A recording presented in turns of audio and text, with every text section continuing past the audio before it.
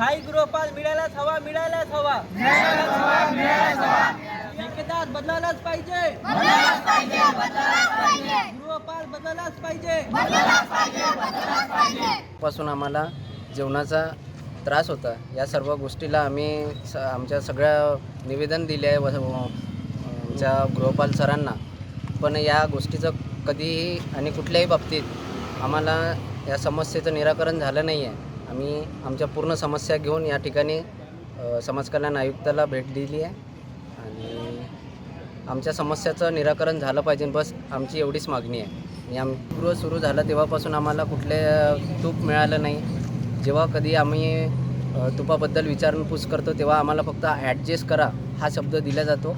त्याच्यानंतर आम्हाला फळाची कुठल्याच प्रकारची क्वालिटी चांगल्या मिळाली नाही. 4 दिवसानंतर आम्हाला फळ दिल्या जाते आणि जेवणाची सुद्धा क्वालिटी एकदम खालच्या दर्जाची आहे.